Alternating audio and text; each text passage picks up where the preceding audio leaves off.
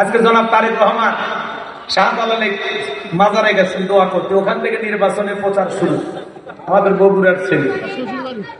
তো দেখলাম মঞ্চে তিনি মাগরিবের নামাজ আদায় করলেন, ভালো, আলহামদুলিল্লাহ ভালো। এরকম নামাজি লোকই তো দরকার সমাজে। কি বলেন, কি বলেন?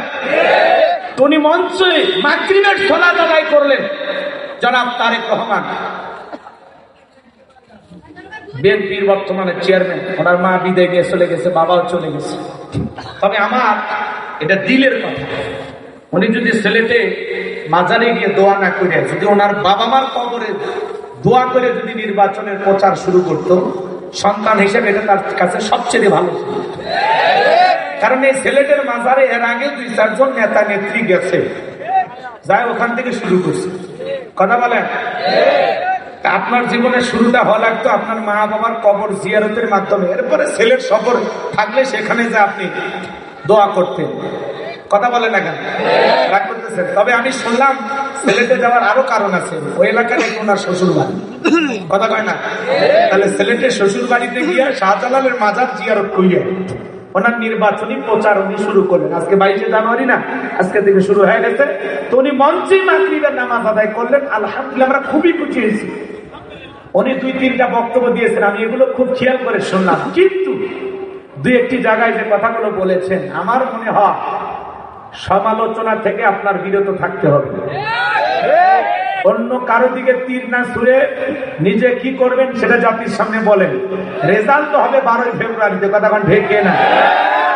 এই জন্য কাদা চোরাচুরি বন্ধ করা দরকার আছে না? না, কে জান্নাতের টিকিট বিক্রি করলো এটা আপনার মাথা ব্যথা দরকার নেই। আসলে জান্নাতের টিকিট কেউ বিক্রি করছে ভাই?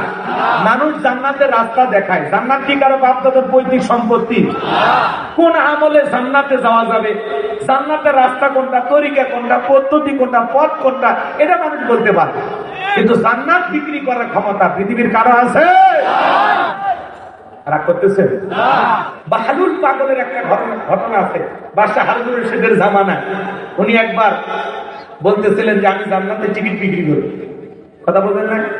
বাদশাহ হারুন রশিদ বলে, পাগল কি কয়, জান্নাতের টিকিট বিক্রি করবে? এটা উনি বিশ্বাস করেন। কথা বলছেন না? অনেক স্ত্রী বিশ্বাস করেছিল। তো যাই একটা ঘটনা আছে, ওইদিকে আমি যাব না। তো আমি যে কথা বলতে চাই যে আমাদের দেশে বর্তমানে যা দেখতেছি আলহামদুলিল্লাহ ভালো। তারেক রহমান মঞ্চে মাগরিবের নামাজ পড়তেছে, আলহামদুলিল্লাহ ভালো। আবার আজান শুনে বক্তব্য থামিয়ে দিলেন যে আজান হচ্ছে, এখন বক্তব্য বন্ধ। তারেক রহমান সাহেব এরপরে বাংলাদেশে আসে মাটিতে পা দিলেন, দোয়া করলেন, বারবার কথা বলতে গিয়ে আল্লাহর শুকরিয়া আদায় করেন যে মহান রব্বুল আলামিন যদি চায় তাহলে আমরা ক্ষমতায় যেতে পারবো। বারবার আল্লাহর প্রশংসা, আল্লাহর নাম মুখে নেওয়া একজন মুসলিম নেতা হিসেবে এটা দেখে আমাদের ভালো লাগে। কিন্তু সমালোচনা করলে বুঝে শুনে করে, যেটা সঠিক জেনে বুঝে তথ্য প্রমাণ থাকলেও তারপরেও রাজনীতির মাঠে সব কথা বলতে নাই, একটু এড়িয়ে চলা ভালো। কথা বলে যত কাদা চোরাচুরি হবে তত সমস্যা। কথাকে বুঝতে পারছেন? এই জন্য আমরা চাই আগামীতে বাংলাদেশে যেই প্রধানমন্ত্রী হোক তারা যেন এই দেশে ন্যায় বিচার কায়েম করে। উনি নিজেও বলেছেন যে রাসূল আকরাম সাল্লাল্লাহু আলাইহি ওয়াসাল্লামের ন্যায় পরণতা দিয়া আমরা ন্যায় বিচার কায়েম করব, ইনসাফ ভিত্তিক রাষ্ট্র পরিচালনা করব, এদেশে ইনসাফ কায়েম করব, ন্যায় বিচার কায়েম করব, এইভাবে কথা বলতেছেন। তো যাই হোক, আপনার আমার কথা বিরক্ত হয়েছেন? কষ্ট পাইছেন আমার কথা? এই ইনসাফ কায়েমের কথা বলে আমার এক ভাই জীবন দিচ্ছেন, ভুলে গেছেন তার কথা? শহীদ শরীফ ওসমান হাদি। হাদি ভাই, তোমার আমরা ভুলে যাই নাই। কথা বলে তুমি বাংলাদেশে যে ন্যায় বিচার কায়েম করার স্বপ্ন দেখেছ, আমরা বিশ্বাস করি এই দেশের মানুষ তোমাকে ভুলে যাবে না। বাংলাদেশে আগামীতে অবশ্যই ন্যায় বিচার কায়েম হবে ইনশাআল্লাহ। ইনশাআল্লাহ সবাই ন্যায় বিচার কায়েম করতেছে, চাচ্ছে, তাই না? নাহিদ ইসলামের নাম শুনছেন? যারা জুলাই নেতৃত্ব দিল, রাগ করতেছেন আপনারা?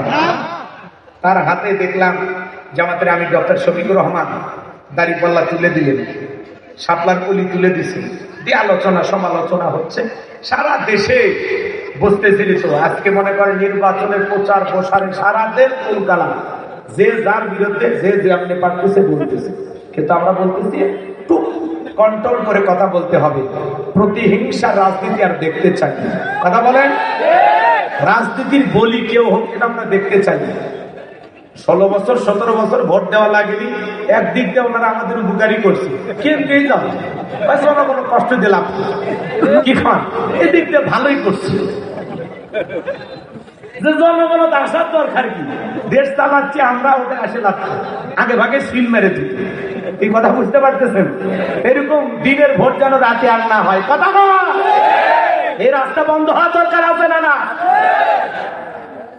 এই জন্য এদেশে অন্তত এইবার একটু জনগণক দায়িত্বে দিন আপনারা।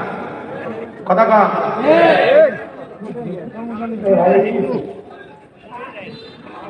বিরক্ত হয়েছেন? সবাই ইনসাফ কায়েম করতে চায়। বলেন তো আপনারা এই দেশে ইনসাফ চান না? ন্যায় বিচার চান না? আপনারা কি আবারও দুর্নীতি দেখতে চান? সাদাবাজি দেখতে চান? টেন্ডারবাজি দেখতে চান? আবারও কেউ দেশের টাকা বিদেশে পাচার করুক দেখতে চান?